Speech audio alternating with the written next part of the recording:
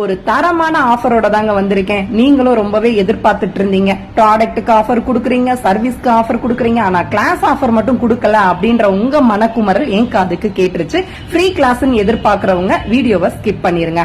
ஆசிரியர் தினத்தை முன்னிட்டு இந்த வீக் யாரெல்லாம் உங்களோட சீட்டை புக் பண்றீங்களோ அவங்களுக்கு 20% நான் வந்துட்டு ஆஃபர் குடுக்கறேன். இந்த வாய்ப்பு திரும்ப உங்களுக்கு கிடைக்கவே கிடையாது.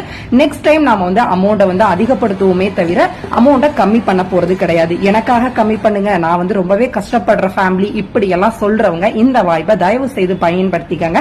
நெக்ஸ்ட் டைம் இந்த மாதிரி என்கிட்ட சொல்லாதீங்க.